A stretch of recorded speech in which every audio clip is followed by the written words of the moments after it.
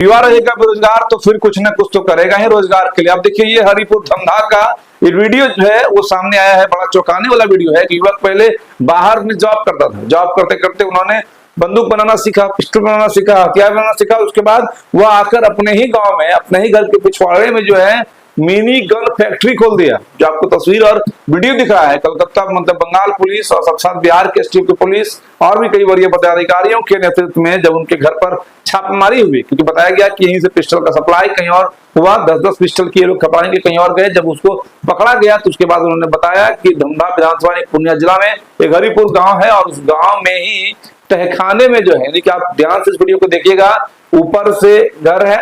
और नीचे उसके अंडरग्राउंड में जो है वो एक बेसमेंट बनाया गया, वो भी कच्चा मकान का। यानी कब पता नहीं जमीन किस तरह से कोलैप्स कर जाता, उसके लोग मर भी सकते थे। और उसके बाद वहां पर मिनी गन की फैक्ट्री जो है इन लोगों ने खोल दी है। अब जरा समझिए, बिहार के लोग ऐसा ही नहीं कहा जाता है कि एक बिहारी सौपर भारी या फिर बिहार के लाला और बहुत सारी चीजें कही जाती है। तो ये सही सही जो लोग हैं वो अपने स्वरोजगार को किस तरह से बढ़ाने के लिए किस तरह के कांड करते हैं। और उसके बाद अब जब पकड़े गए हैं तो उसके बाद क्या कुछ कर रही है पुलिस, क्या कुछ कर रही है, क्या कुछ बरामद हुआ है, वो सब कुछ आपको इस वीडियो में दिख रहा है। लेकिन ये खबर सबसे अहम इस कारण से है कि बंगाल गया था काम करने के लिए और वहां से सीख कर आकर उन्होंने अगर कोई और दूसरी कंपनी लगाई होती, कोई और दूसरा फैक्ट्री लगाया होता तो शायद आज गांव समाज जिला जवार राज्य सब जगह उसका नाम होता। लेकिन उन्होंने क्या किया, अवैध हथियार के धंधे का सबसे बड़ा फैक्ट्री अपने ही घर में बिठा दिया, जिसकी जानकारी ना तो उसकी बहन को थी, सॉरी उनकी ना तो पत्नी की थी, पत्नी को भी घर के पिछवाड़े में जाने से मना कर दिया गया था, उसकी जानकारी ना तो